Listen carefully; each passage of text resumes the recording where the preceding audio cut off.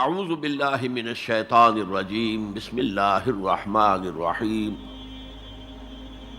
لو انزلنا هذا القرآن على جبل لرأيته خاشعا متصدعا من خشية الله وتلك الامثال نضربها للناس لعلهم يتفكرون صدق اللہ العظیم۔ رب اشرح لي صدری ویسر لي امری واحلل عقدۃ من لسانی یفقهوا قولی۔ اللهم ربنا الہمنا رشدنا واعذنا من شرور انفسنا۔ اللهم ارنا الحق حقا وارزقنا اتباعه وارنا الباطل باطلا وارزقنا اجتنابه۔ اللهم ارحمنا بالقرآن العظیم واجعله لنا اماما ونورا وهدى ورحمة آمین یا رب العالمین۔ معزز حاضرین اور محترم خواتین، السلام علیکم ورحمۃ اللہ وبرکاتہ۔ عظمت قرآن، سب سے پہلی بات یہ سمجھیے کہ قرآن کی عظمت سے جیسے کہ وہ کما حقہ ہے، یا صرف اللہ واقف ہے اور یا اللہ کا رسول صلی اللہ علیہ وسلم۔ قدر گوہر شاہ داند یا بداند گوہری، کسی ہیرے اور موتی کی قدر کو یا بادشاہ جانتا ہے جو ہیروں میں اور موتیوں میں کھیلتا ہے، اور یا جوہری جانتا ہے۔ اس اعتبار سے عظمت قرآن یا تو اللہ تعالیٰ کے علم میں ہے اور یا محمد الرسول اللہ صلی اللہ علیہ وسلم کے علم میں۔ ہم تو ظاہر بات ہے کہ جو کچھ اللہ نے فرمایا اور جو کچھ اللہ کے رسول نے فرمایا اس کے مطالعے سے کچھ خوشہ چینی کر سکتے ہیں۔ تو میں سب سے پہلے قرآن حکیم کے 5 مقامات سے آپ کے سامنے عظمت قرآن کا بیان رکھنا چاہتا ہوں، اور ان میں ایک حسین ترتیب ہے۔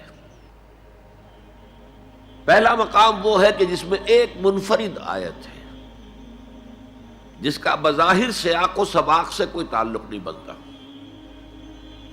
دوسرا مقام وہ ہے جو 2 آیات پر مشتمل ہے، سورہ یونس۔ تیسرا مقام وہ ہے جو 4 آیات پر مشتمل ہے، سورہ رحمان کی ابتدائی۔ چوتھا مقام 6 آیات پر مشتمل ہے جو سورہ عبس ہے، اور 5واں مقام ان 8 آیات پر مشتمل ہے جن کی بہت ہی خوبصورت تلاوت ابھی آپ نے سنی۔ اس کے بعد ایک طویل حدیث میں آپ کو سناؤں گا، اور پھر 2 اور اعتبارات سے عظمت قرآن کا بیان کروں گا جو اس وقت اس دور میں ہمارے لیے موسٹ ریلیونٹ ہے۔ پہلی آیت جو ہے میں نے تلاوت کی ہے سورہ حشر کی، لَوْ أَنزَلْنَا هَذَا الْقُرْآنَ عَلَى جَبَلٍ، اگر ہم اس قرآن کو کسی پہاڑ پر اتار دیتے، لَرَأَيْتَهُ خَاشِعًا مُتَصَدِّعًا مِنْ خَشْيَةِ اللَّهِ، تو تم دیکھتے کہ وہ پہاڑ دب جاتا، پھٹ جاتا اللہ تعالیٰ کے خوف اور خشیت سے۔ وَتِلْكَ الْأَمْثَالُ نَضْرِبُهَا لِلنَّاسِ، اور یہ مثالیں ہیں جو ہم لوگوں کے لیے بیان کرتے ہیں، لعلہم یتفکرون، شاید کہ وہ تفکر کریں، غور و فکر کریں۔ قرآن مجید میں وہ مضامین جو بہت لطیف ہوتے ہیں، بہت لطیف ہوتے ہیں، جن کا ادراک عام انسانی عقل سے ماورا ہے، اس کے لیے تمثیلیں بیان کی جاتی ہیں۔ ما لا یدرک کلہ لا یترک کلہ، اگر وہ مضمون بتمام و کمال سمجھ میں نہیں آ سکتا تو کچھ تو آ جائے تمثیل کے حوالے سے، اگر غور و فکر کریں گے تو بات سمجھ میں آ جائے گی۔ اب اس تمثیل کے حوالے سے سب سے اہم مقام جو ہے قرآن مجید کے اس اصول کے تحت کہ القرآن یفسر بعضہ بعضا، قرآن کا ایک حصہ دوسرے حصے کی تفسیر کرتا ہے۔ سورہ اعراف میں یہ واقعہ مذکور ہے کہ جب حضرت موسیٰ علیہ السلام کوہ طور پر گئے تورات لینے کے لیے، تو وہاں انہوں نے اللہ سے ایک خواہش کا، ایک درخواست کا اظہار کیا۔ وہ خاتمہ اور مکالمہ تو اس سے پہلے بھی ہو چکا تھا، اب یہ شوق رب ارنی انظر الیک، پروردگار اب دیدار بھی عطا فرما دے۔ پردے کے پیچھے سے بات تو ہوتی رہی ہے اور ہو رہی ہے، لیکن دیدار بھی عطا کر دے۔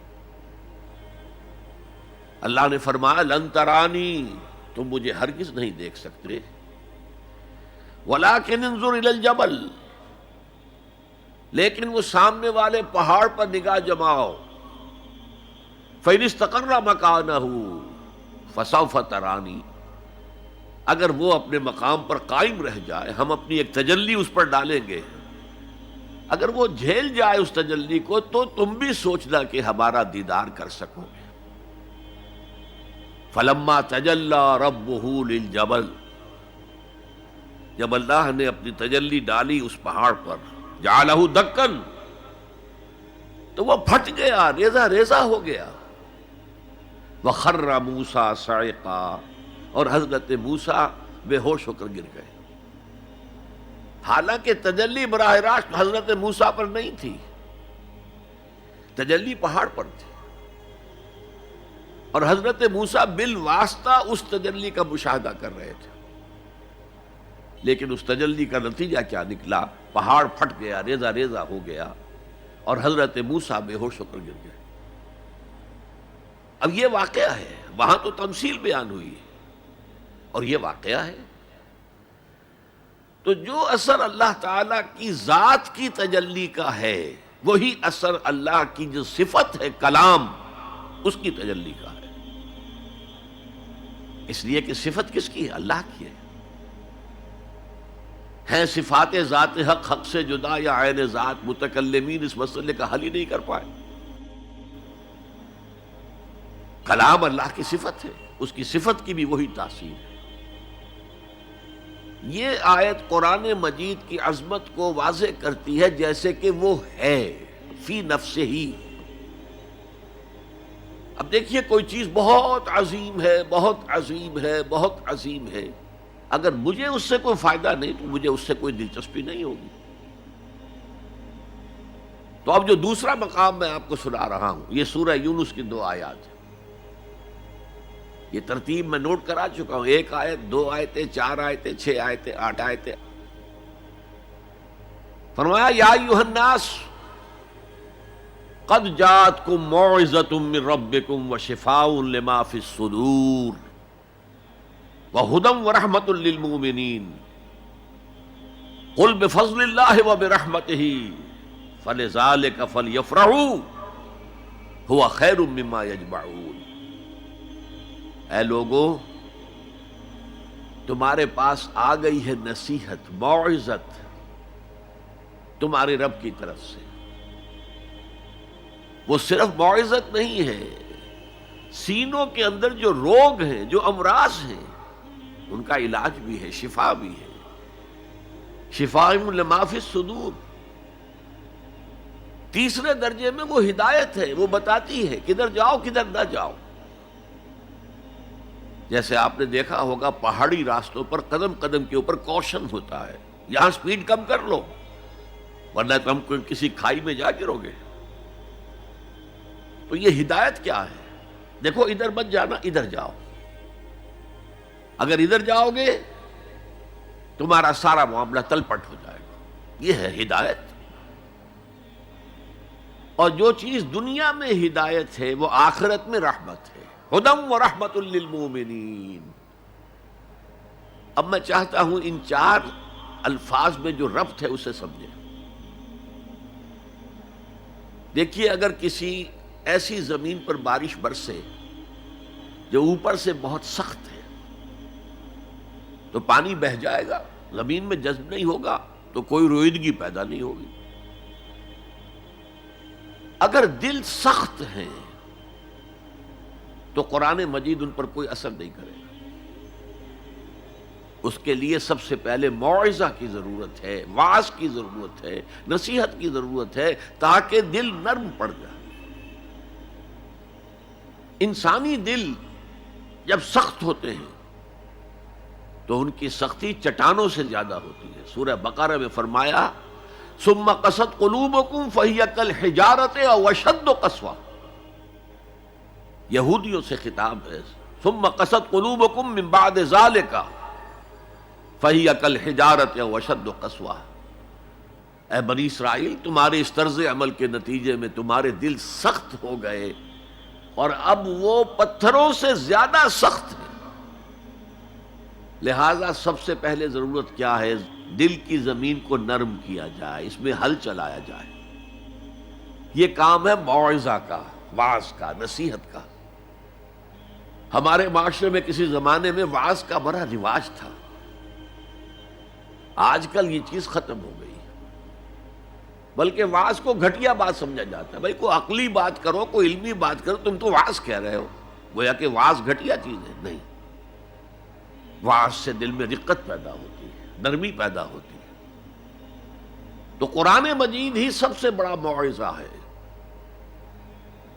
ہم نے بدقسمتی سے کیا کیا، جب وعظ کہے جاتے تھے تب بھی مثنوی مولانا روم سے، ضعیف احادیث سے، واعظ دستاں زنو افسانہ بند. واعظ بڑے اونچے اونچے ہاتھ چلا کر اور افسانہ جو ہے بیان کر رہا ہے، لیکن اس کا حال کیا ہے؟ از خطیب و دیلمی گفتار اوست، بعض ضعیف و شاذ و مرسل کار اوست. وہ خطیب بغدادی یا دیلمی کی جو احادیث ہیں، جو سب سے گھٹیا درجے کی کتابیں حدیث کی، سب سے کمتر درجے کی کتابیں حدیث کی، ضعیف کتابوں کے یوں سمجھیے کہ بہت بڑے مجموعے، وہاں سے وہ حدیثیں لا رہا ہے. الضعیف و شاذ و مرسل کار ہو، ضعیف حدیث، شاذ حدیث، مرسل حدیث سے وہ بیان کر رہا ہے. قرآن سے اس کا کوئی تعلق نہیں. قرآن مجید سب سے بڑا واعظ ہے. یا ایھا الناس قد جاءتکم موعظۃ. یہ دل کو جب نرم کرتا ہے تو پھر اس میں جذب ہوتا ہے. یہ سیکنڈ سٹیپ ہے اس کا. اور جب دل میں جذب ہوگا تو دل کے اندر کی بیماریوں کو دور کر دے گا. دل کے اندر کی بیماریاں کون سی ہیں؟ تھرومبوسس نہیں، انجائنا نہیں، وہ اور ہیں. وہ دل کی بیماریاں جن کے لیے قرآن شفا ہے، وہ ہے تکبر، حسد، حب مال، حب دنیا، حب جاہ، حب شہرت. یہ ہیں وہ چیزیں کہ جو اصل ہیں، جو دل کے امراض ہیں. ان سب کو جڑ سے نکال کر پھینک دے گا قرآن حکیم. یا ایھا الناس قد جاءتکم موعظۃ من ربکم وشفاء لما فی الصدور. وہ ہدن، اور وہ ہدایت ہے. انفرادی زندگی کے لیے بھی ہدایت ہے، اجتماعی زندگی کے لیے بھی ہدایت ہے. کبھی اگر سورہ فاتحہ پر آپ غور کریں، جو ہماری نماز کا جزو لازم ہے، تو ہم پہلے کہتے ہیں الحمدللہ رب العالمین الرحمن الرحیم مالک یوم الدین ایاک نعبد و ایاک نستعین. یہ ہدایت تو ہمیں پہلے ہی ملی ہوئی ہے. پھر جو ہم کہتے ہیں اہدنا الصراط المستقیم، اللہ کو ہم نے پہچان لیا، اسے رب العالمین مان لیا، اسے رحمان مان لیا، اسے رحیم مان لیا، اسے روز جزا کا حاکم مطلق مان لیا. تو اب کون سی ہدایت رہ گئی؟ ہدایت تو آ گئی. اب اصل ہدایت جو درکار ہے وہ ہے جو ریلیونٹ ہے آج کے دور میں. جو اجتماعی نظام ہے انسانوں کا، اس کے لیے انسان بالکل بے بس ہے. اس کی عقل جو ہے اجتماعی نظام عدل قائم نہیں کر سکتی. انفرادی طور پر نیکی اور بدی کا علم میرے اور آپ کے نفس کے اندر ودیعت شدہ ہے. وَنَفْسٍ وَمَا سَوَّاهَا فَأَلْهَمَهَا فُجُورَهَا وَتَقْوَاهَا، یہ موجود ہے. لیکن یہ کہ معاشرتی نظام میں عورت اور مرد کے درمیان کیا توازن ہو، ان کے حقوق و فرائض کا توازن. دنیا میں کیا ہوتا رہا ہے اور ہو رہا ہے آج بھی، یا عورت جوتی کی نوک کے برابر ہے، کوئی اس کی حیثیت نہیں، بھیڑ بکری کی طرح ملکیت ہے، اس کے کوئی حقوق نہیں. اور یا عورت کلوپیٹرا بن کر پورے ملک کی قسمت کا بیڑا غرق کرتی ہے، انسانوں کے شانہ بشانہ ہو کر وہ در حقیقت خاندانی نظام کو برباد کرتی ہے. ان دونوں کے درمیان توازن کیسے قائم کیا جائے؟ اب آپ سوچئے، تجزیہ کیجئے. اگر مرد سوچے گا، نظام بنائے گا، تو وہ اپنے احساسات سے تو واقف ہے، عورت کے احساسات و جذبات سے تو واقف نہیں ہے. عورت نظام بنائے گی تو وہ اپنے احساس و جذبات سے واقف ہے، وہ مرد کے احساسات و جذبات سے واقف نہیں. یہ عادلانہ نظام وہی ہستی دے سکتی ہے جس نے مرد کو بھی پیدا کیا، عورت کو بھی پیدا کیا. ایک ایمپلائر ایمپلائی ریلیشن شپ ہے، کارخانے دار ہے، وہ لوگوں کو رکھتا ہے مزدور. اب جو بھی پروڈکشن ہو رہی ہے، جو نفع ہو رہا ہے، اس میں کتنا حصہ مزدور کا ہونا چاہیے، کتنا سرمایہ دار کا ہونا چاہیے، کون طے کرے گا؟ یا سرمایہ دارانہ نظام بن جائے گا اور مزدور کمر توڑنے والی محنت کرنے کے باوجود زندگی کے بنیادی جو تقاضے ہیں ان کو بھی حاصل نہیں کر سکے گا. میں نے آپ کے ممبئی شہر میں جو اس وقت دیکھا ہے، یہ جو چھوٹے چھوٹے خانے بنے ہوئے کبوتروں کے سے جن میں انسان رہ رہے ہیں اور پوری زندگی ان میں گزارتے ہیں، یہ انسان، جبکہ اونچے اونچے محل موجود ہیں، بڑی بڑی عمارتیں موجود ہیں، ایکڑوں پر پھیلی ہوئی کوٹھیاں موجود ہیں.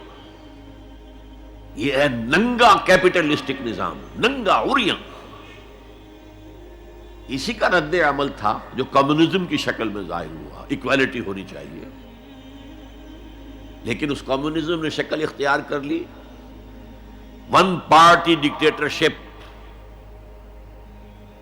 تمہیں کوئی حق حاصل نہیں ہے، نہ کچھ کہہ سکتے ہو، نہ تنقید کر سکتے ہو، نہ رائٹ آف ایسوسیشن ہے، نہ right of expression of opinion ہے. بس کام کرو، تنخواہ لو، روٹی کھاؤ، اللہ اللہ خیر سلام. یہی وجہ ہے کہ وہ نظام بھی مر گیا. اسی طریقے سے کسی بھی نظام میں اگرچہ حاکم مطلق تو اللہ ہے، پھر بھی کوئی نظام آپ بنائیں گے تو کچھ حکام ہوں گے، اولو الامر ہوں گے. خلافت راشدہ میں بھی تھے نا، امیر المومنین تھے، اولو الامر تھے. عوام میں اور ان کے درمیان حقوق و اختیار کا توازن کیا ہو، کون طے کرے گا؟ اولو الامر تو چاہیں گے سارے اختیارات ہمارے پاس ہوں، ٹوٹلیٹیرین سٹیٹ قائم ہو جائے گی. عوام چاہیں گے ہمارے پاس ہوں اور ہمیں اتنی آزادی ہو کہ مادر پدر آزاد ہو جائیں، جو چاہیں کریں. ہومو سیکشول ہو جائیں، ہومو سیکشول میرجز کریں، ہمیں کوئی روکنے والا نہ ہو. تو میں نے آپ کو بتایا اجتماعی نظام کے یہ تین گوشے ہیں: معاشرتی نظام، معاشی نظام، سیاسی نظام. آج کے انسان کی اصل ضرورت یہ ہے، اس لیے کہ اس طرح کا ہمہ گیر نظام اس سے پہلے تھا ہی نہیں. لوگوں کو آزادیاں تھیں. آج آپ کا پورا تعلیمی نظام بھی اسی نظام کے تحت ہے. آپ کہاں لے جائیں گے اپنے بچوں کو؟ آپ ان کے حوالے کر کے اپنے ہاتھ دھو لیتے ہیں. You wash your hands of your children. وہ نظام جو چاہے گا بنا دے گا ان کو. گلا تو گھونٹ دیا اہل مدرسہ نے تیرا، کہاں سے آئے صدا لا الہ الا اللہ؟ کیا کریں گے؟ انہیں کہیں کسی تہخانے میں تو بند نہیں کر سکتے. آپ اپنے گھر میں ٹیلی ویژن نہیں لائیں گے، وہ جا کر دکان پہ دیکھیں گے. جب تک نظام درست نہ ہو، اور نظام کی ہدایت ہے جو قرآن نے دی ہے اصل، ورنہ اخلاقیات کا معاملہ میں آپ سے عرض کر دوں کہ یہ تو نوع انسانی کی مشترک میراث ہے. سچ بولنا اچھا ہے، جھوٹ بولنا برا ہے، کون نہیں جانتا؟ کیا ہندو نہیں جانتا؟ کیا بدھ مت کا پیرو نہیں جانتا؟ وعدہ کرنا اچھا ہے، وعدہ خلافی بری ہے، کون نہیں جانتا؟ عیسائی نہیں جانتا، یہودی نہیں جانتا، سب جانتا۔ بیسک ہیومن مورالٹی تو ہمارے اندر ہے، جیسا کہ میں نے آیت آپ کو سنائی، وَنَفْسٍ وَمَا سَوَّاهَا فَأَلْهَمَهَا فُجُورَهَا وَتَقْوَاهَا، انسان کا نفس جو اللہ نے پوری طرح تیار کر دیا، نوک پلک سنوار دی، اور اس میں نیکی اور بدی کی تمیز ودیت کر دی۔ لہذا اصل ہدایت ہے آج جس کی ضرورت ہے وہ اجتماعی نظام۔ 2 منٹ اور لے لوں آپ کے۔ 300 سال سے انسان اسی اجتماعی عدل کی تلاش میں ادھر سے ادھر ٹھوکریں کھا رہا ہے۔ کوئی 250 برس سے زیادہ ہو گئے ہیں۔ فرانس میں انقلاب آیا، کیوں آیا؟ یہ بادشاہت، چیمانی دارت۔ بادشاہ کون ہے؟ وہ بھی انسان ہے، ہم بھی انسان ہیں۔ اسے کیا حق ہے کہ وہ حکومت کرے؟ لہذا انقلاب آیا، سخت خونی انقلاب آیا، لوگوں نے چاہا کہ عدل ہو، لہذا فرینچ ریولوشن آیا۔ لیکن چونکہ وہ ریولوشن یک طرفہ تھا، صرف سیاسی نظام بدلا، معاشی نظام نہیں بدلا، سود موجود رہا، لہذا اس کے بعد کیپٹلزم کی لعنت مسلط ہو گئی۔ پہلے لارڈز اینڈ بیرنز اور بڑے بڑے زمیندار اور جاگیردار سروں پر مسلط تھے، اور اب کارخانے دار اور کیپٹلسٹ مسلط ہو گئے۔ آج کی جمہوریت کیا ہے؟ دس از دی ڈکٹیٹرشپ آف دی کیپٹلسٹ۔ یہ تو اصل میں کیپٹلزم ہے، کیپٹلسٹ کی ڈکٹیٹرشپ ہے جو اس وقت ہو رہی ہے۔ اچھا، اس سے نجات پانے کے لیے چھلانگ لگائی دوسری طرف کمیونزم، تو وہ میں آپ کو بتا چکا، وہاں انفرادی آزادی ختم ہو گئی، اب وہ بھی مر گیا۔ اب فوکو یاما نے تو کتاب لکھ دی اینڈ آف ہسٹری، بس ثابت ہو گیا کہ ہمارا نظام لبرل سیکولر ڈیموکریسی اور انٹرسٹ بیسڈ کیپٹلزم، اس سے بہتر کوئی نظام ہے ہی نہیں، سب ختم ہوگا۔ لیکن ایک نظام ہے جس کا انہیں اندیشہ ہے، جو ابلیس کی زبان سے اقبال نے کہلوایا تھا، ہے اگر کوئی خطر مجھ کو تو اس امت سے ہے، جس کی خاکستر میں ہے اب تک شرار آرزو۔ خال خال اس قوم میں اب تک نظر آتے ہیں، وہ کرتے ہیں اشک سحر گاہی سے جو ظالم وضو۔ بڑے نیک لوگ بھی موجود ہیں، لیکن بحیثیت مجموعی امت کا حال کیا ہے؟ جانتا ہوں میں یہ امت حامل قرآن نہیں، جانتا ہوں میں یہ امت حامل قرآن نہیں ہے، وہی سرمایہ داری بندہ مومن کا دین۔ جانتا ہوں میں کہ مشرق کی اندھیری رات میں بے ید بیضا ہے پیران حرم کی آستین، پیر ہیں، مرشد ہیں، ان کی آستینوں میں ید بیضا نہیں ہے، حضرت موسیٰ والا۔ بہرحال فوکو یاما کی نفی کی پھر بعد میں، اور کتاب لکھی گئی کلیش آف سیویلائزیشنز، تہذیبوں کا ٹکراؤ ابھی آئے گا۔ تو میں اس سے زیادہ اس ایشو پر نہیں جانا چاہتا۔ ہدایت، انفرادی ہدایت بھی قرآن میں ہے، اور سب سے بڑھ کر اجتماعی ہدایت جس کی آج کے انسان کو سب سے زیادہ ضرورت ہے، the system of social justice, جو صرف اللہ دے سکتا ہے، اس لیے کہ کارخانے دار بھی اسی کی مخلوق ہے اور مزدور بھی اسی کی مخلوق ہے، جو اولو الامر ہے وہ بھی اسی کے پیدا کرنا ہے، اور جو عوام ہے وہ بھی اسی کے پیدا کرنا ہے، مرد بھی اسی کا پیدا کرنا ہے، عورت بھی اس کی پیدا کرنا ہے۔ جیسے ایک حدیث میں آتا ہے الخلق عیال اللہ، تمام مخلوق اللہ کے کلبے کے مانند ہے۔ وہ عدل دے گا، وہ سوشل جسٹس دے گا، وہ توازن دے گا آپ کو معاشرتی نظام میں، معاشی نظام میں، سیاسی نظام میں۔ اس کا نتیجہ چوتھا جو نکلے گا رحمت للمومنین، اب وہ رحمت ہوگی آخرت میں۔ جیسے حضور نے فرمایا، الزہراوین نام دیا سورہ بقرہ کو اور سورہ آل عمران کو۔ الزہراوین، زہرا کہتے ہیں بہت تابناک حضرت فاطمہ زہرا رضی اللہ تعالی عنہ۔ الزہراوین، یہ دو بدلیوں کی صورت میں میدان حشر میں ظاہر ہوں گی، اور جو ان سے محبت کرنے والے تھے ان پر سایہ کریں گی، جبکہ کسی کے لیے کوئی سایہ نہیں ہوگا۔ تو یہ رحمت کا ظہور ہوگا قرآن کا قیامت کے دن۔ اب اگلی آیت دیکھیے،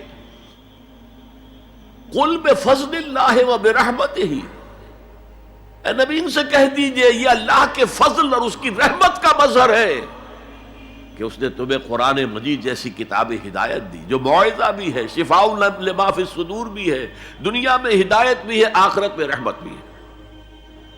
قل بفضل اللہ وبرحمتہ فبذلک فلیفرحوا، اگر جشن منانا ہے تو اس کا مناؤ، خوشیاں منانی ہے تو اس کی مناؤ۔ ہوا خیر مما یجمعون، یہ دولت ان تمام چیزوں سے زیادہ قیمتی ہے جو انسان جمع کرتا ہے۔ دولت جمع کرتا ہے، مال، اسباب، جائیداد، کاروبار، اور محل بناتا ہے، اس میں بڑا اعلیٰ فرنیچر رکھتا ہے، اس میں لا کر ڈیکوریشن پیسز کہاں کہاں سے پوری دنیا سے لا کر رکھتا ہے۔ ان سب سے کہیں زیادہ قیمتی شے قرآن ہے۔ اب آئیے 4 آیات، سورہ رحمان کی اولین 4 آیات۔ الرحمن، یہ جملہ نہیں بنا، یہ تو صرف مبتدا ہے،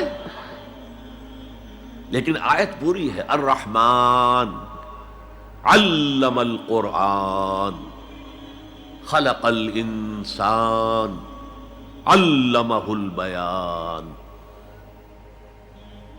یہ اصل میں جو 4 آیتیں، ان میں 4 چوٹی کی چیزوں کا بیان ہے، ٹاپ موسٹ چیزیں۔ اللہ کے ناموں میں سب سے پیارا نام رحمان ہے، اگرچہ قرآن میں کثرت سے آیا ہے اللہ۔ وہ کیوں؟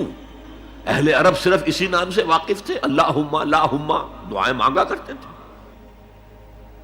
اور آپ کو معلوم ہے سورہ فرقان میں تو اعتراض بھی انہوں نے کیا، یہ رحمان کو کون ہے، ہم تو جانتے نہیں ہیں، یہ کہاں سے لے آئے ہوئے محمد تم رحمان صلی اللہ علیہ وسلم۔ لیکن آپ غور کریں تو سب سے پیارا نام رحمان ہے۔ دیکھیے رحمت سے یہ 2 نام بنائے گئے، الرحمن الرحیم۔ 113 مرتبہ تو تمام سورتوں کے سے پہلے یہ آیت موجود ہے، الرحمن الرحیم، بسم اللہ الرحمن الرحیم۔ سورہ فاتحہ میں الحمدللہ رب العالمین الرحمن الرحیم۔ ان میں فرق کیا ہے؟ یہ جو فعلان کا وزن ہے، اس پر جو عربی میں لفظ آتے ہیں، اس میں کسی صفت کی ہیجانی کیفیت، طوفانی کیفیت، ٹھاٹھے مارتا ہوا سمندر، پہاڑوں ایسی لہریں، اسی سے غضبان بنا ہے، انتہائی غضبناک، بہت غصہ۔ اسی سے جوعان بنا ہے، بھوک سے مر رہا ہوں میں، انا جوعان۔ اسی سے عطشان بنا ہے، میں پیاسا مر رہا ہوں۔ اللہ کا لفظ، اللہ کا نام رحمان ظاہر کر رہا اللہ کی رحمت ٹھاٹھے مارتے ہوئے سمندر کی طرح ہے، اور رحیم فعیل کے وزن پر ہے، جس میں دوام ہوتا ہے، تسلسل ہوتا ہے۔ تو اللہ کی رحمت جہاں ٹھاٹھے مارتے ہوئے سمندر کی طرح ہے، ساتھ ہی وہ آہستگی کے ساتھ مسلسل بہنے والے دریا کے مانند بھی ہے، تسلسل کے ساتھ۔ اب ان دونوں کا ریلیشن اگر میں آپ کو ایک مثال سے سمجھاؤں، اگر کہیں کسی بس کا ایکسیڈنٹ ہو جائے اور آپ دیکھیں کہ کوئی عورت جو ہے مردہ ہو گئی ہے، اور کوئی شیر خوار بچہ اس کی چھاتی سے چمٹا ہوا، اسے کیا پتا میری ماں مر گئی، اور کوئی آئیڈینٹیفیکیشن نہیں ہو رہی، کچھ پتا نہیں ہے یہ کون خاتون تھی، کہاں سے آئی تھی، کچھ نہیں پتا۔ آپ بتائیے اس وقت کون سا انسان ہوگا جس کے دل میں رحمت کا دریا جوش نہ مار جائے، اس بچے کی سرپرستی میں کر لوں۔ یہ انسان کی فطرت ہے۔ لیکن جب وہ گھر لے جائے گا تو ہو سکتا ہے کچھ دن کے بعد وہ محسوس کرے کہ میں نے خامخواہ کو یہ بوجھ اپنے اوپر لے لیا ہے، میرے تو اپنے بچے بہت تھے۔ گویا کہ جوش تو آیا، دوام اس میں نہیں ہے۔ اللہ کی رحمت ٹھاٹھے مارتے ہوئے سمندر کی طرح بھی ہے اور اس میں دوام ہے، دریاؤں کا سا دوام تسلسل سے بہنے والا۔ اور سب سے پیارا میں کیوں کہہ رہا ہوں یہ نام، ہمیں سب سے بڑی ضرورت رحمت کی ہے۔ دیکھیے اللہ رازق ہے، اللہ رازق ہے، ہمیں رزق دیتا تاکہ ہم زندہ رہیں، اور اس نے ہمیں زندگی اس لیے دی ہے لِيَبْلُوَكُمْ أَيُّكُمْ أَحْسَنُ عَمَلًا، تاکہ تمہارا امتحان لے۔ تو رزق دینا اس کی ضرورت ہے، میری ضرورت نہیں ہے۔ مجھے زندہ رکھنا چاہتا ہے تاکہ وہ امتحان میں دوں تو وہ رزق دے گا مجھے۔ لیکن رحمت کون سی چیز ہے؟ میں حدیث آپ کو سناتا ہوں۔ ایک دفعہ آپ نے فرمایا کوئی انسان محض اپنے عمل کی بنیاد پر جنت میں داخل نہیں ہو سکے گا جب تک کہ رحمت خداوندی دستگیری نہ کرے۔ اسی صحابی رضی اللہ تعالی عنہ نے بڑی ہمت سے، جرأت سے، بلکہ ہم کہہ سکتے جسارت سے کام لیا کہ پوچھ لیا حضور کیا آپ بھی؟ فرمایا ہاں میں بھی، الا یتغمدنی ربی برحمتہ، میں بھی داخل نہیں ہو سکوں گا جنت میں جب تک کہ میرا رب مجھے ڈھانپ نہ لے اپنی رحمت سے۔ تو سب سے پیارا نام کون سا ہوا؟ الرحمن۔ اب آئیے اگلی آیت، علم القرآن، اس نے قرآن کی تعلیم دی۔ جو پچھلا مقام ہم نے دیکھا تھا قل بفضل اللہ وبرحمتہ فبذلک فلیفرحوا، اس اللہ تعالی نے قرآن کا علم دیا، لیکن آپ سوچئے جو دوسرے علوم ہیں وہ کس نے دیے ہیں؟ یہ سارا سائنٹیفک نالج اور ٹیکنالوجی، یہ وہی تو علم آدم الاسماء کا ظہور ہے جو ہو رہا ہے۔ پوٹینشلی یہ سارا مادی علم حضرت آدم کی شخصیت میں ودیعت کر دیا گیا تھا، پوٹینشلی۔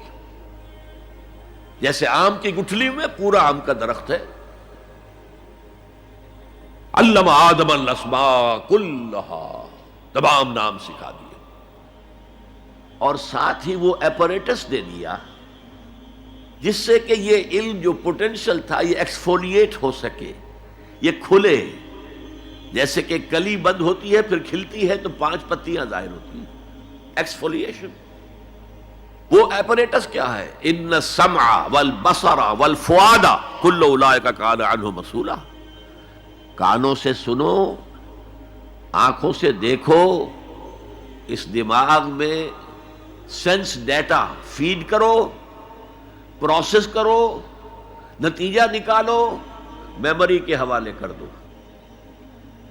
اور سوچو اور دیکھو اور مشاہدہ کرو، نتائج اس سے نکالو، پچھلی میموری سے اس کو ٹیلی کرو، کوئی نئی چیز مل گئی ہے تو اس کو بھی سٹور کر لو۔ یہی ہے نا۔ میں مثال دیا کرتا ہوں کہ کسی شخص نے ہمارے آباء و اجداد میں سے کوئی 1000ویں پیڑھی ہماری ہوگی، ابھی تک انسان کسی سورس آف انرجی سے واقف نہیں تھا، پھل کھاتا تھا یا گوشت کچا کھاتا تھا۔ کسی شخص نے دیکھا کہ اوپر سے ایک چٹان گری اور نیچے بھی چٹان تھی، تو آگ کا شعلہ برآمد ہو گیا۔ اوہو یہ کیا ہے؟ اب اس نے ویریفائی کرنے کے لیے 2 پتھر لیے، ٹکرائے، شعلہ پیدا ہو گیا، آگ ایجاد ہو گئی، the most primary source of energy. اس سے آگے کسی نے دیکھا کہ ہانڈی چڑھی ہوئی ہے چولہے کے اوپر اور ڈھکنا اس کا ہلا، اسے کون ہلا رہا ہے؟ کوئی جن ہے، بھوت ہے، کون ہے؟ بعد میں معلوم نہیں، یہ سٹیم ہے، سٹیم میں طاقت ہے، سٹیم انجن ایجاد ہو گئے، چل پڑی گاڑیاں۔ فرنٹیئر میل آتا تھا پشاور سے بمبئی تک، چلا رہا ہے اسی سٹیم انجن سے۔ تو یہ علم ہمارا تدریجاً آگے بڑھا، لیکن یہ دیا ہوا اللہ کا ہے۔ لیکن تمام علوم میں چوٹی کا علم قرآن کا علم ہے۔ میں کہہ رہا تھا نا، ان 4 چیزوں میں 4 چوٹی کی چیزیں ہیں۔ اللہ کے ناموں میں سب سے پیارا نام رحمان، جو علم اس نے دیا تمام مخلوقات میں، اس میں چوٹی کا علم جو ہے وہ قرآن کا علم ہے۔ اب آئیے خلق الانسان، پھر سوچے انسان کو پیدا کیا تو کیا جنوں کو نہیں کیا؟ کیا فرشتوں کو نہیں کیا؟ کیا یہ گیلیکسیز پیدا نہیں کی؟ کیا چاند اور سورج نہیں پیدا کیا؟ کیا ہماری زمین کے اوپر زندگی کی جو شکلیں ہیں نباتاتی اور حیواناتی، یہ چرند ہیں اور پرند ہیں اور مچھلیاں ہیں، کس نے پیدا کی؟ سب کچھ اس نے پیدا کیا، لیکن اس کی کریشن کا کلائمیکس انسان ہے۔ سب سے بڑی اس کی تخلیق انسان ہے، جو مسجود ملائک بن گیا۔ فسجد الملائکۃ کلھم اجمعون، کس قدر تاکید ہے، سجدے میں گر گئے تمام فرشتے، کل کے کل فرشتے جمع ہو کر 3 مرتبہ۔ کہیں شبہ رہ جائے جبرائیل نے نہیں کیا ہوگا سجدہ یا اسرافیل، نہیں، کلھم اجمعون۔ یہ انسان شاہکار ہے اللہ کی تخلیق کا۔ فرمایا ہے خلقتہ بیدی، اے ابلیس تو اس آدم کو سجدہ نہیں کرنا چاہتا جسے میں نے اپنے دونوں ہاتھوں سے بنایا؟ کیا معنی اس کے؟ اللہ کے 2 ہاتھ کیا ہیں؟ الا لہ الخلق والامر، 2 عالم ہیں، ایک عالم امر ہے، ایک عالم خلق ہے۔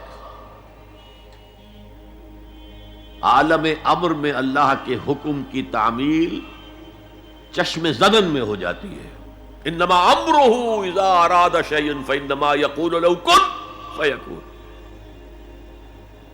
اور عالم خلق میں وقت لگتا ہے۔ آم کی گٹھلی سے درخت تو بنے گا آم کا، لیکن کتنے سال لے گا؟ ماں کے پیٹ میں بچہ پرورش تو پائے گا، لیکن 9 مہینے لے گا۔ اللہ نے فرمایا کتنی جگہ پر میں نے آسمان اور زمین 6 دنوں میں پیدا کی۔ عالم خلق میں ٹائم کا ایلیمنٹ ہے، عالم امر میں کوئی ٹائم نہیں۔ عالم امر سے تعلق رکھنے والی صرف 2 مخلوقات ہیں، فرشتے اور انسانی ارواح۔ یسألونک عن الروح قل الروح من امر ربی۔ اور عالم خلق سے ہمارا یہ جسم ہے، حیوانی وجود ہمارا جو زمین سے آیا ہے، منہا خلقناکم وفیہا نعیدکم ومنہا نخرجکم تارۃ اخری۔ یہ یہاں سے آیا تو یہیں چلا جائے گا، روح وہاں سے آئی اور وہیں لوٹے گی۔ انا للہ وانا الیہ راجعون، یہ ہمارا جسم تو نہیں جائے گا۔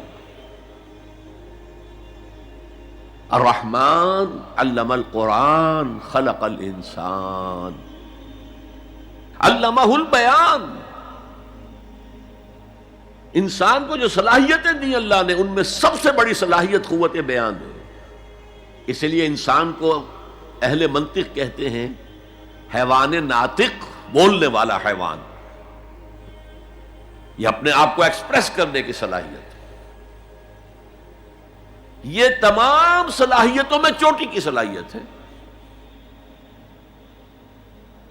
دیکھیے ہمیں آنکھیں دی ہیں، حیوانوں کی بینائی ہم سے کہیں زیادہ ہے۔ ایسے حیوان بھی ہیں کہ جنہیں لائٹ کی ضرورت ہی نہیں، بغیر روشنی کے دیکھتے ہیں۔ یہ باز اور شاہین بڑی بلندی سے زمین پر پڑی ہوئی سوئی کو دیکھتے ہیں۔ سماعت ہمیں دی تو بہت سے حیوانات کو ہم سے بہت زیادہ سماعت دی۔ آپ گھوڑے پر سوار جا رہے ہیں، آپ نے کوئی آواز نہیں سنی، گھوڑے نے سن لی ہے، اس کی کنوتیاں کھڑی ہو گئی، اینٹینا کھڑے ہو گئے۔ سوار کو معلوم ہوا کوئی خطرہ ہے، اس نے تو کچھ نہیں سنا تھا۔ پھر کتنے حیوان ہیں جو سونگنے کی قوت ان میں کتنی زیادہ ہے، ہر شے کو سونگ کر پتہ کرتے ہیں یہ ہمارے کھانے کی ہے کہ نہیں۔ اصل صلاحیت جو انسان کی صلاحیت ہے وہ قوت بیان ہے۔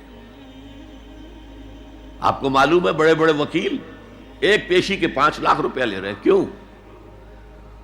ان کے اندر بیان کی صلاحیت زیادہ ہے، وہ مقدمے کو خوبصورتی سے پیش کر سکتے ہیں۔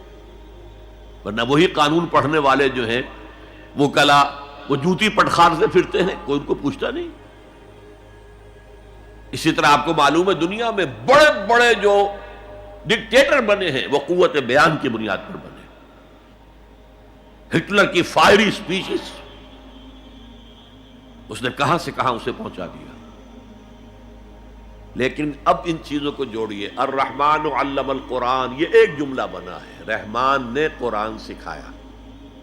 خلق الانسان، انسان کو پیدا کیا، علمہ البیان، یہ تین ویلیوز ہیں جو 4 آیتوں میں آئی ہیں۔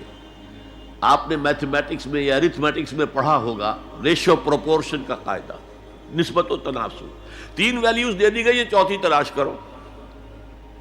وہ چوتھی ویلیو کیا ہے؟ دیکھو، اگر تمہیں کوئی قوت بیان اللہ نے، سب سے بڑا معجزہ ہے جو انسان کو نظام عدل دیتا ہے۔ میں بتا چکا ہوں 300 برس سے انسان ٹھوکریں کھا رہا ہے، مشرق سے مغرب، مغرب سے مشرق، پھر مشرق سے مغرب۔ حضور نے ایک دفعہ زمین پر نقشہ کھینچا سواء السبیل کا، تنکا لے کر ایک سیدھا خط کھینچا، اور ایک خط وہ ہے جو اس کو کاٹ رہا ہے۔ اس کے بعد پھر آپ نے ایک دائرہ بنایا، سیمی سرکل، وہ جنت ہے، یہ دنیا میں صراط مستقیم یا سواء السبیل ہے، اور درمیان میں جہنم کے اوپر وہ پل صراط ہے۔ قرآن کے راستے پر چلو گے، اس لیے کہ وہ پل صراط جہنم کے اوپر ہے۔ وَإِن مِّنكُمْ إِلَّا وَارِدُهَا كَانَ عَلَىٰ رَبِّكَ حَتْمًا مَّقْضِيًّا، وہ اس پل صراط سے ہو کر جنت میں پہنچ جائے گا۔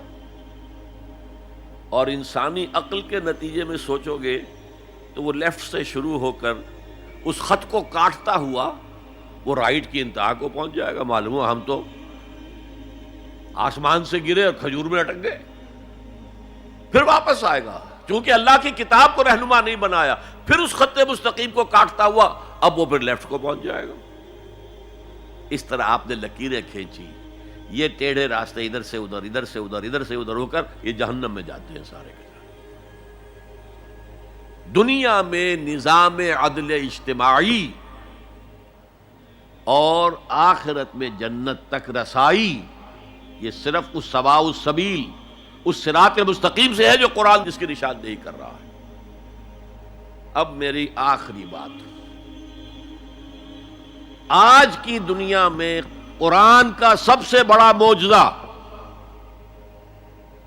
وہ یہ ہے کہ اس کتاب کے ذریعے حضور نے تاریخ انسانی کا عظیم ترین انقلاب برپا کیا۔ اسی کتاب کے ذریعے کیا نا، اتر کر حرا سے سوئے قوم آیا اور نسخہ کیمیا ساتھ لایا۔ اس سے ذہن بدلے، عقائد بدلے، سوچ بدلی، کردار بدلے، اخلاق بدلے، پھر انہیں طاقت بنا کر اور کوڑا بنا کر باطل نظام پر دے مارا اور نظام حق کو قائم کر کے دکھا دیا۔ اور یہ سارا عمل قرآن کے گرد گھومتا ہے۔ دعوت دو قرآن کے ذریعے سے۔ میں نے آج جمعے میں ایک مثال دی تھی کہ 5ویں جماعت سے سائنس کا مضمون شروع ہوا تو پہلا تجربہ جو ہم سے کرایا گیا وہ یہ تھا کہ لکڑی کا برادہ، جہاں لکڑی چیری جاتی ہے تو نیچے برادہ جمع ہو جاتا ہے، اور لوہ چون یعنی آئرن فائلنگز، ان کو گڑبڑ کر دیا، کہا انہیں علیحدہ کرو۔ کیا ایک ایک چنیں گے؟ اور پھر راستہ بتایا کیسے کرو۔ میگنیٹ ہاتھ میں لے لو، اسے پھراؤ، لوہا اس کے ساتھ چمٹ جائے گا، برادہ رہ جائے گا۔ اس معنی میں قرآن وہ میگنیٹ ہے جو سلیم الفطرت انسانوں کو کھینچ لیتا ہے۔ کوئی معاشرہ سلیم الفطرت انسانوں سے خالی نہیں ہوتا۔ حضور پر ایمان لانے سے پہلے بھی ابو بکر نہ کبھی شرک کیا، نہ کبھی زنا کیا۔ حضور کی بعثت سے پہلے حضرت عمر کے بہنوئی کے والد سعید ابن زید کے والد زید ابن عمرو ابن نفیل، انہوں نے بھی کبھی شرک نہیں کیا، کبھی کوئی غلط حرکت نہیں کی، اور کعبے کے پردے کو پکڑ پکڑ کر کہتے تھے اے اللہ میں صرف تیری بندگی کرنا چاہتا ہوں، میں کیسے کروں مجھے معلوم نہیں ہے۔ حضور کی بعثت سے پہلے ان کا انتقال ہو گیا، لیکن باپ کی کیفیت یہ تھی جس سے کہ سعید ابن زید ایمان لائے ہیں اور وہ عشرہ مبشرہ میں شامل ہوئے ہیں، اور ان کے اور ان کی زوجہ فاطمہ بنت خطاب کے ذریعے سے عمر کو ایمان ملا ہے. تو یہ سلیم الفطرت لوگوں کو کھینچنے کا ذریعہ ہے. پھراؤ اسے، عام کرو، عام کرو، درس قرآن عام کرو، عام کرو، عام کرو. یہ سلیم الفطرت لوگوں کو کھینچ لے گا. پھر ان کا تزکیہ کرو، تزکیہ بھی قرآن سے ہوگا. تزکیے کے بھی ہم نے نہ معلوم کچھ پلوٹائنس نیو پلیٹونزم سے کچھ چیزیں سیکھ لی ہیں، کچھ ہندوؤں کی تپسیائیں سیکھ لی ہیں، لیکن قرآن کو تزکیے کا ذریعہ نہیں بنایا. صوفی پشمینہ پوش و حال مست، از نوائے شعلہ قوال مست، در نمی سازد بقرآن محفلش. قرآن سے اس صوفی کی محفل خالی ہے. وہاں قوال کے اس سے حال آ رہا ہے، حال آ گیا، قوال کے شعر سے حال آ گیا. صوفی پشمینہ پوش حال مست، از شراب نغمہ قوال مست، در نبی سازد بقرآن محفلش. قرآن کے ساتھ درسازی نہیں. لیکن حضور کے طریقہ کار دیکھیے، حضور کی سیرت کے دو حصے ہیں. ایک حصہ ہمیں بہت معلوم ہے، غزوہ بدر، غزوہ احد. اولین کتابیں بھی جو لکھی گئی سیرت میں وہ مغازی تھی، چونکہ یہ لوگوں کے نزدیک اہم چیزیں تھیں، اہم واقعات تھے، مغازی، غزوات. لیکن یہ بدر کے جو 313 آدمی تھے، یہ فراہم کیسے ہوئے تھے؟ کس مارکیٹ سے لائے گئے تھے؟ کس میتھڈالوجی سے انہیں تیار کیا گیا، پختہ کیا گیا، ٹرین کیا گیا؟ یہ ہے غور طلب معاملہ. قرآن نے جہاں وہ بات جو پہلے کہہ چکا، وَهُوَ الَّذِي أَرْسَلَ رَسُولَهُ بِالْهُدَى وَدِينِ الْحَقِّ لِيُظْهِرَهُ عَلَى الدِّينِ كُلِّهِ.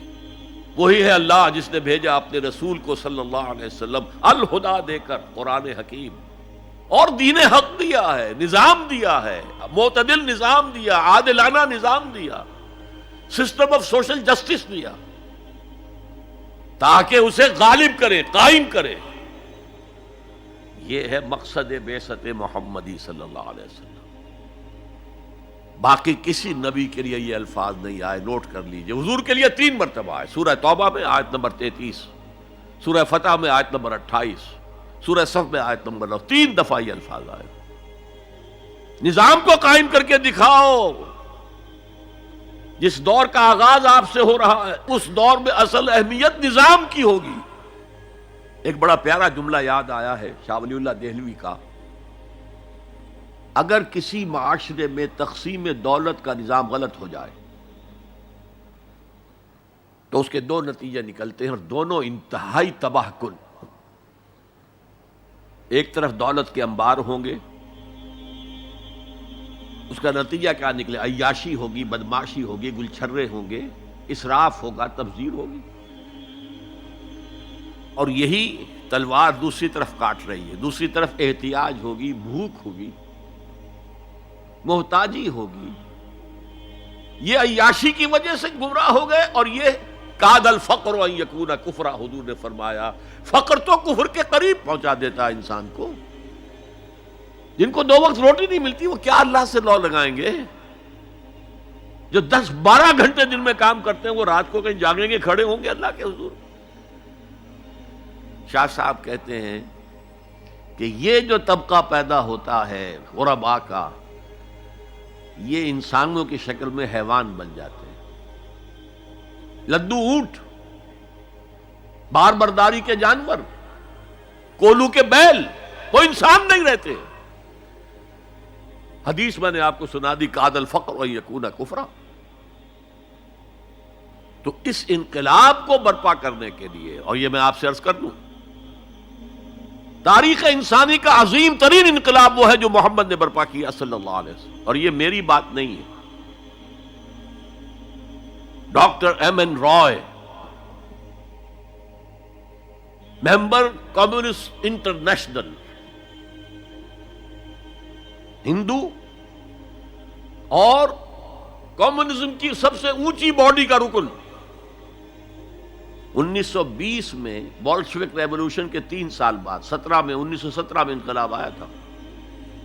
ایک لیکچر دیا ہے لاہور میں بریڈلا ہال میں، دی ہسٹوریکل رول آف اسلام، اور اس نے کہا عظیم ترین انقلاب وہ تھا تاریخ انسانی کا جو محمد نے برپا کیا، because he was a revolutionary. He knew what a revolution means. کہا عظیم ترین انقلاب وہ ہے جو محمد نے برپا کیا. یہ 1920 کی بات ہے، اور میں جب پچھلی مرتبہ آیا تھا 1991 میں تو معلوم ہوا تھا کہ یہ جو بمبئی کہتے تھے، ممبئی اب آپ کہتے ہیں، اس کا کوئی پبلشر اس کتاب کو شائع کرتا ہے، ہسٹوریکل رول آف اسلام. اچھا یہ تو ہوا 20ویں صدی کے شروع سے 20واں سال. اس کے اختتام سے 20 سال پہلے کتاب لکھی گئی دی 100. یہ ہندوستان کا ہے اور وہ مینہٹن کا رہنے والا ڈاکٹر مائیکل ہارٹ. اور دی 100 کیا ہے کتاب؟ A selection and gradation of the most influential personalities of human history. 100 آدمی چن لیے تاریخ انسانی کے عظیم ترین، جنہوں نے تاریخ کے دھارے کے رخ کو موڑا ہے. عام آدمی تو تاریخ کے رخ کے اندر بہہ جاتے ہیں، جو رخ ہے چلو تم ادھر کو ہوا ہو جدھر کی. کچھ لوگ ایسے بھی دنیا میں پیدا ہوئے ہیں جنہوں نے تاریخ کے دھارے کے رخ کو تھوڑا موڑا ہے. تو سلیکشن میں تو 100 نام گن لیے، اور پھر گریڈیشن کی سب سے زیادہ کس نے موڑا، پھر کون پھر کون پھر کون، اور نمبر 1 پر لایا ہے محمد کو صلی اللہ علیہ وسلم. جو کتاب اویلیبل ہے آپ پڑھیں، اور بڑے خوبصورت الفاظ اس کے ہیں. Naturally I O an explanation. میں عیسائی ہوں، حضرت مسیح کو نمبر 3 پر لے گیا ہوں اور محمد کو نمبر 1 پر رکھ رہا ہوں، تو یقیناً مجھے کوئی نہ کوئی اس کی ایکسپلینیشن دینی ہوگی، کوئی توجیہ کرنی ہوگی. اور پھر اس نے وہ جملہ لکھا ہے جو میرے علم کی حد تک کسی مسلمان کی رسائی اس تک نہیں ہوئی. This is because he was the only person who was supremely successful on both the religious and secular fields. تاریخ انسانی میں ایک ہی آدمی ہے جو ریلیجس اور سیکولر دونوں میدانوں میں بہت اونچا ہے. باقی سارے کیا ہیں؟ یا مذہب، روحانیت، اخلاق میں اونچے ہیں، تو ریاست، سیاست اس سے کوئی سروکار ہی نہیں. حضرت عیسیٰ کا بھی یہی معاملہ ہے، گوتم بدھ کا بھی یہی معاملہ ہے. اور یا ادھر ہیں اونچے شہنشاہ ہیں، بڑے بڑے فاتح ہیں، تو دوسری طرف زیرو نہیں بلکہ مائنس لیول کو لانا پڑے گا. ایک ہی شخص ہے وہ کہتا ہے، ایک دی اونلی. اسی لیے میں نے 3 دفعہ دہرایا ہے، the only person who was supremely successful at both the religious and secular planes. یہ ہے حضور کا انقلاب. برپا کس سے کیا؟ کتاب سے کیا. چنانچہ 3 مرتبہ وہ الفاظ آئے ہیں قرآن میں کہ آپ کا مقصد تھا دین کو غالب کرنا، اور اس کے لیے طریقہ کار کیا تھا؟ 4 دفعہ الفاظ آئے، 4 الفاظ، 4 اصطلاحات 4 دفعہ آئی. حضرت ابراہیم اور حضرت اسماعیل کی دعا، جب وہ اذ یرفع ابراہیم القواعد من البیت و اسماعیل، اس میں دعا میں شامل ہے ربنا وبعث فیہم رسولا منہم. اے اللہ، یہ جو میں اپنی نسل کی ایک شاخ کو یہاں آباد کر رہا ہوں، ان میں ایک رسول بھیجیو جو انہی میں سے ہو. کوئی مغایرت نہ ہو کہ باہر سے آیا ہوا رسول ہے، اس کی زبان اور ہے، ان کی زبان، انہی میں سے ہو. اور وہ کیا کرے؟ یتلو علیہم آیاتک ویعلمہم الکتاب والحکمت ویزکیہم. تیری آیات پڑھ کر سنائے، کتاب اور حکمت کی تعلیم دے، اور تزکیہ کرے ان کا. یہ 15ویں رکوع کی آیات ہیں سورہ بقرہ کی. 18ویں رکوع میں فرمایا دیکھو ابراہیم اور اسماعیل کی دعا کا ظہور ہم نے محمد کی شکل میں کر دیا صلی اللہ علیہ وسلم. ہم نے بھیج دیا ہے، کما ارسلنا فیکم رسولا منکم. یتلو علیکم آیاتنا ویزکیکم ویعلمکم الکتاب والحکمہ، وہی 4 الفاظ۔ سورہ آل عمران میں پھر آ گیا لقد من اللہ علی المؤمنین اذ بعث فیہم رسولا من انفسہم یتلو علیہم آیاتہ ویزکیہم ویعلمہم الکتاب والحکمہ۔ سورہ جمعہ میں پھر آ گیا هو الذی بعث فی الامیین رسولا منہم یتلو علیہم آیاتہ ویزکیہم ویعلمہم الکتاب والحکمہ وان کانوا من قبل لفی ضلال مبین۔ یہ 4 اصطلاحات 4 دفعہ آ رہی ہیں۔ قرآن کی آیات سناؤ، یہ میگنیٹ سلیم الفطرت لوگوں کو کھینچ لے گا۔ پھر ان کا تزکیہ کرو، اور تزکیہ بھی قرآن ٹھوک ٹھوک کر ان کے اندر اتارو۔ آپ ذرا غور کیجئے، پہلا حکم تھا کیا؟ یا ایھا المزمل قم اللیل الا قلیلا نصفہ او انقص منہ قلیلا او زد علیہ ورتل القرآن ترتیلا۔ اے کمبل میں لپٹ کر لیٹنے والے، کھڑے رہا کرو رات کو اس کے سوائے تھوڑے سے حصے کے، آدھی رات، یا اس میں سے کچھ کم کر لو تو 1/3 ہو جائے گی، یا بڑھا دو تو 2/3 ہو جائے گی۔ چنانچہ اسی سورت کی آخری آیت کیا ہے؟ ان ربک یعلم انک تقوم ادنی من ثلثی اللیل ونصفہ وثلثہ وطائفۃ من الذین معک۔ اے نبی، آپ کے رب کے علم میں ہے یہ بات کہ آپ کھڑے رہتے ہیں 2/3 رات اور آدھی رات اور 1/3 رات۔ یہ تھا قرآن کو ہیمر کرو، hammer it down, hammer it down, hammer it down. حالانکہ ابھی قرآن کتنا اترا تھا اس وقت تک؟ غور کیجئے، جو بھی ہے قرآن کو اپنے اندر اتارو اتارو۔ جس کو علامہ اقبال کہتے ہیں چوں بجاں در رفت جہاں دیگر شود۔ جب یہ کسی انسان کے باطن میں سرایت کر جاتا ہے قرآن، دل میں اور ذہن میں، یہی تو باطن ہے نا ہمارا، اس کے اندر ایک انقلاب آ جاتا ہے۔ He is a change person all together, نیا آدمی ہے یہ، اس کے خیالات نئے ہیں، اس کے عقائد نئے ہیں، اس کے نظریات نئے ہیں۔ پہلے عزیز ترین شے زندگی تھی، اب اس سے کہیں عزیز تر ہے اللہ کی راہ میں جان دے دینا۔ شہادت ہے مطلوب و مقصود مومن، نہ مال غنیمت نہ کشور کشائی۔ اور یہ جو تزکیے کے لیے قرآن ہے اس کا میں آپ کو بتاتا ہوں۔ حضور کی 2 احادیث کو اقبال نے جمع کیا ہے 2 اشعار میں۔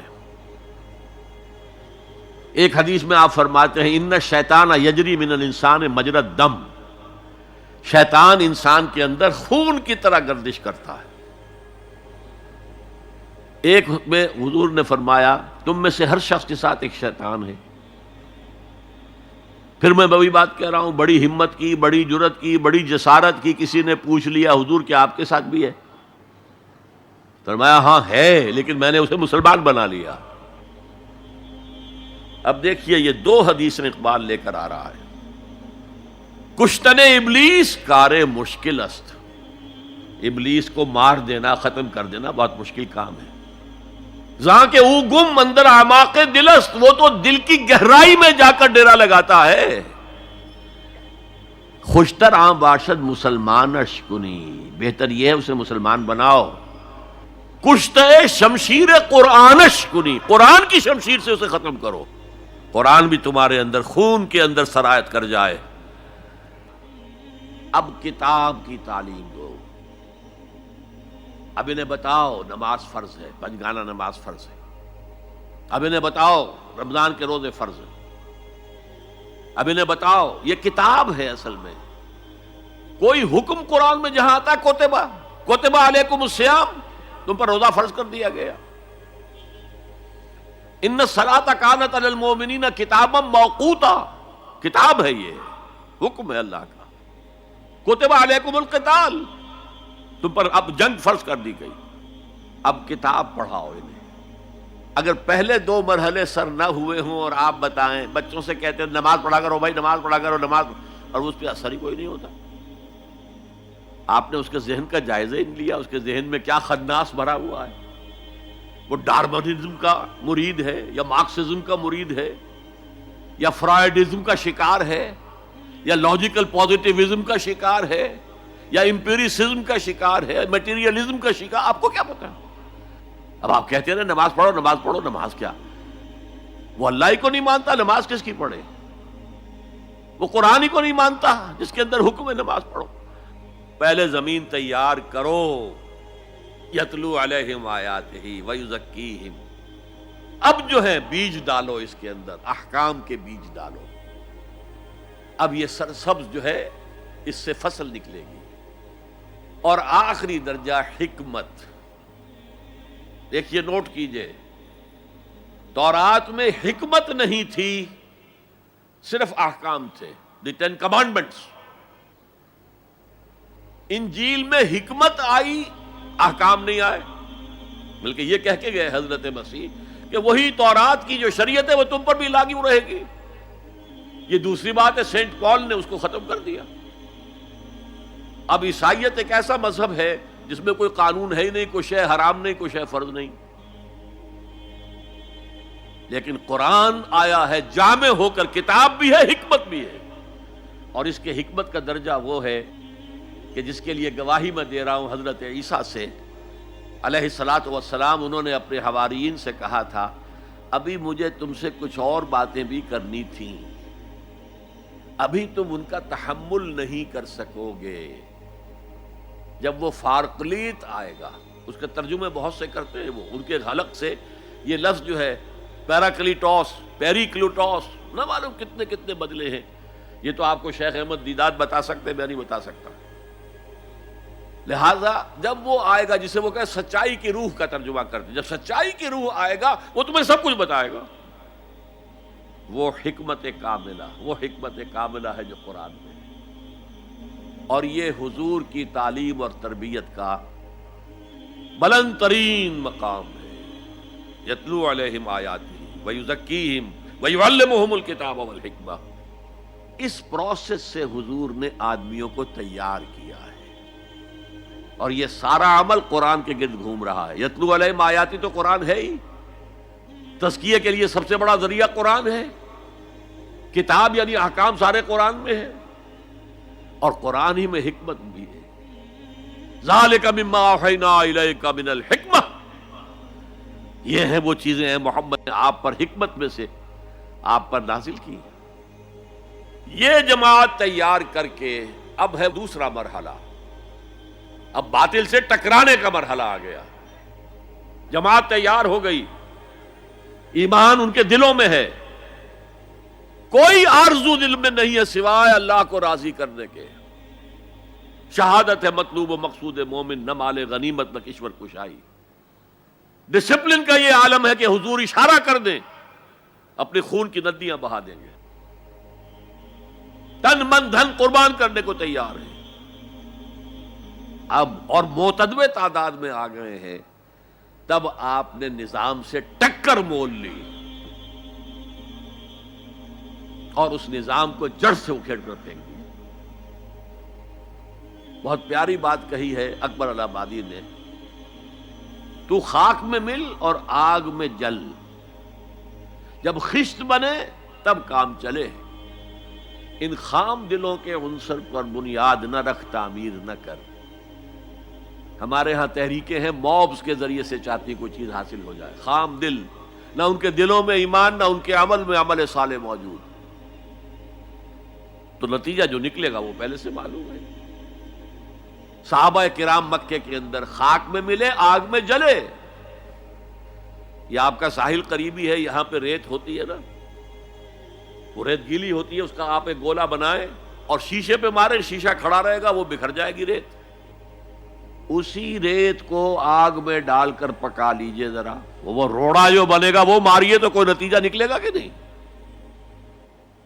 خام ہے جب تک تو ہے مٹی کا ایک انبار تو، اور پختہ ہو جائے تو ہے شمشیر بے زنہار تو. یہ ہے طریق محمدی صلی اللہ علیہ وسلم. آخری سٹیج حضور کے اس انقلابی عمل میں جنگ ہے، دو طرفہ جنگ. یقاتلون فی سبیل اللہ فیقتلون ویقتلون. اللہ کی راہ میں قتال کرتے ہیں، قتل کرتے بھی ہیں، قتل ہوتے بھی ہیں. بدر میں 70 قرشی سردار مارے گئے، احد میں 70 صحابہ شہید ہو گئے. کوئی ضمانت نہیں ہے کہ تم جنگ میں جاؤ تمہیں کوئی نقصان نہیں ہوگا، نہیں. لیکن یہ ہے کہ آج کے دور میں اس مسئلے میں خصوصی اجتہاد کی ضرورت ہے، وہ میں پھر کسی اور موضوع پر گفتگو کرتے ہوئے آپ کے سامنے رکھوں گا کہ دو طرفہ جنگ کی بجائے ایک اور راستہ ہے جس کی سب سے پہلے نشاندہی کرنے والے مہاتما گاندھی تھے، نان وائلنٹ، نان کوآپریشن۔ ہم نے تو انگریز کو کچھ نہیں کہا، ہم تمہارے کپڑا نہیں پہنیں گے تمہارا، ہم تو چرخہ کاٹیں گے، سوت کاٹیں گے، اس سے اپنی کھدر بنائیں گے، وہ پہنیں گے۔ اور کتنی بڑی چوٹ لگ گئی ان پر، کپڑوں کے انبار لگتے جا رہے ہیں، اتنی بڑی مارکیٹ کھوئی گئی، لیکن ہم نے تو کچھ نہیں کہا۔ انہوں نے قانون تو نہیں بنایا ہوا تھا کہ ہمارا کپڑا ضرور پہنو گے تم۔ Non violent, naan cooperation. پھر آیا نان وائلنٹ سول ڈس اوبیڈینس۔ پرماتما نے سمندر میں نمک پیدا کیا، ہم پرماتما کے سمندر سے پرماتما کا نمک لینے جا رہے ہیں۔ اس کا مطلب کیا تھا؟ You have challenge the taxation policy of British India. اب لاٹھیاں پڑی، جیلیں بھری، ہوا کہ نہیں؟